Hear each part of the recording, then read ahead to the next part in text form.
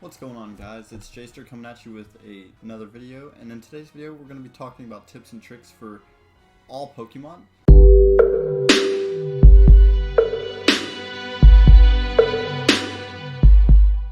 We're going to start off with Snorlax and just tanks in general, and we're going to talk about the idea of the double A-Palm. So when you're rushing to lane, you're going to obviously hit these A-Palms here down a little bit, auto them down while you're walking forward.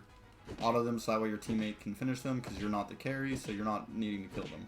But for the double A-Palms, if you weren't aware, any Pokemon with a AoE damage ability, and this includes Tackle, Pollen Puff on, or not Pollen Puff, Leaf Barrage, or I forget, the first move that you get for Eldegoss.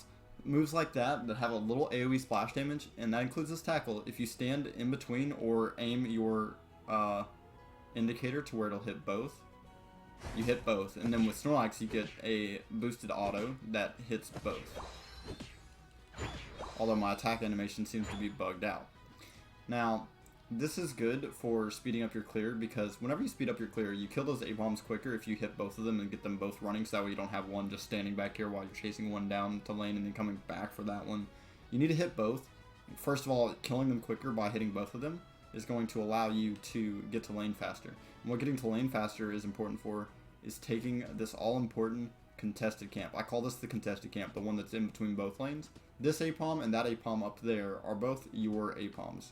You should never give those up unless you're losing the lane really hard already. But this contested camp, you want to get there first. And the magical thing about this contested camp is once this gets to about half HP, you can body slam auto it as Snorlax and just take it immediately.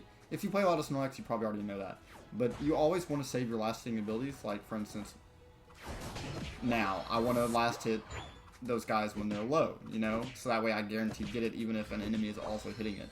So don't spam your abilities clearing the contested camps. Use your spells and your abilities, your moves, to take them when they are low to guarantee that you get them. And then when you're like Snorlax, you obviously can... Empowered autos also change that a little bit. Now the next tip and trick is going to be for all characters. It's locations on the map that you can flash over big walls where you normally wouldn't be able to. Anywhere there's a bush, you can flash over the wall. Here, let's change something real quick. Practice options. We're gonna turn move cooldowns off. And sure, we'll do that. So if you look here, oh, that was my body slam, not my flash. If you look here, you can actually flash through this bush wall, even as the big characters. And this is a huge gap closer. If you're running away or you're trying to chase somebody down, it's really big.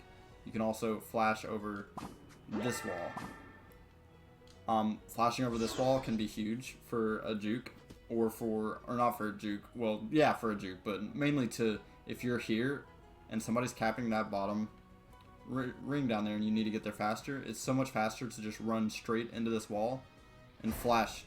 Oh, I keep body slamming. And just flash over. Look how much quicker that is. You just flash right over. Well, sometimes it's a little bit tricky coming that way, but you flash right over.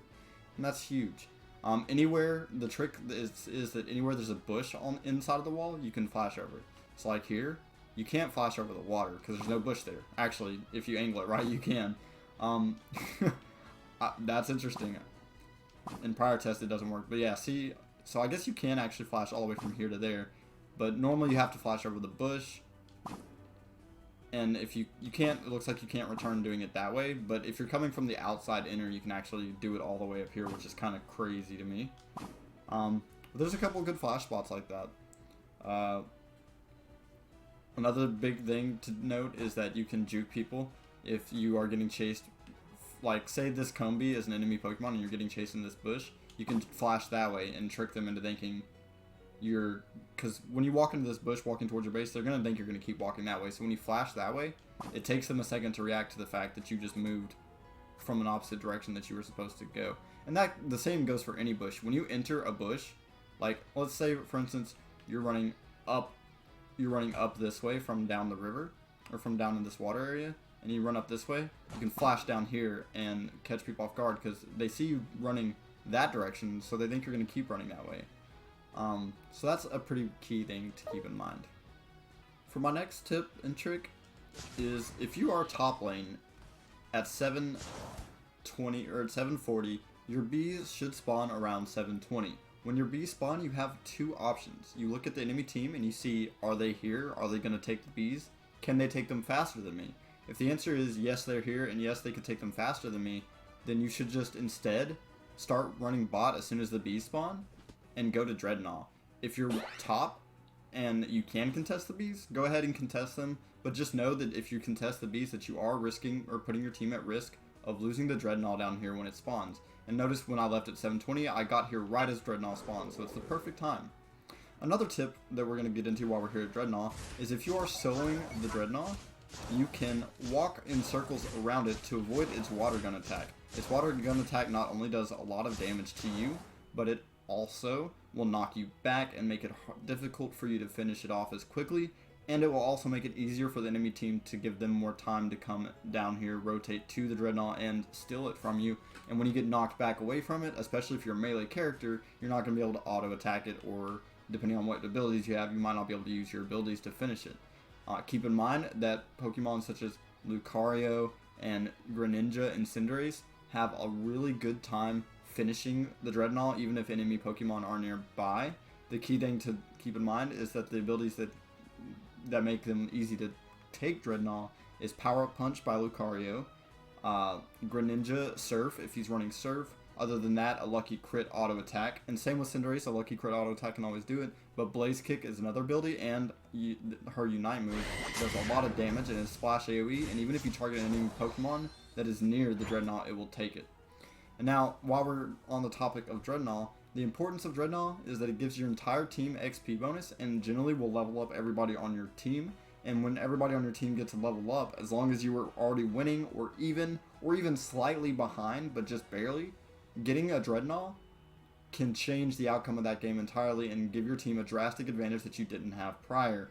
It is oftentimes okay to let the enemy Pikachu here, for instance, or enemy team member here to cap or to dunk on top and destroy the top goal, because at the end of the day, 80 points is not that much when you're getting a whole level advantage over the enemy team, and you're likely going to be able to fight them off on this goal, and then after you fight them off, because they have somebody top, you'll be able to score on this goal right after, so you even the points that they took top. The points that they took top, you just evened it out, and you got the Dreadnought for the XP lead. Rotom, on the other hand, gives only XP to the people who are in the area. They don't give a global XP, and that doesn't give quite as much XP, so it's not as crucial as Dreadnought. And keep in mind that if you take Dreadnought right as it spawns, or shortly after the first one spawns, and you take the second one shortly after it spawns as well, you could potentially take up to 3 Dreadnoughts per game. And taking 3 Dreadnoughts per game is pretty massive when you consider that it gives you basically a full level every time you knock it out. And notice how there I am running in circles around it, and I never once got hit by the water gun, and that's going back to that tip and trick I gave you just a second ago. And now, the last tip and trick that we're going to have for you today is when you're in the lead, you are in no position to take Zapdos. The only time you take Zapdos if you're in the lead is going to be if the enemy team is nowhere near Zapdos and you want to just take it just to rush down some last minute points, which you technically shouldn't do that even then. Or when the enemy team is dead, you can then take Zapdos to make sure they can't get it when they respawn. The reason for this is if you take a Zapdos, if you fight a Zapdos while the entire enemy team is alive, you risk them having a 50% chance of just walking in and stealing it, because let's face it, Zapdos, it's literally one of the easiest things to steal, especially if you're Lucario, Cinderace, Greninja, Pokemon like that can just wipe a Zapdos out from under your feet, and when they get that, nothing feels worse than losing a game that you were leading in because you chose to do Zapdos while the enemy team was alive. And that is the way most of your ranked games are probably ending. The winning team probably decides to start Zapdos even though they don't need to start it. And what happens is the enemy team then, or the team opposite of the winning team, will then slide in, steal the Zapdos, dunk 500 points right at the end. And even if you were ahead by 400 points, you could still lose just by starting the Zapdos while the enemy team was alive. Well, guys, that's it for my tips and tricks videos today, and I hope you guys enjoyed it. Go check out some of my other videos, and we'll hope to see you next time.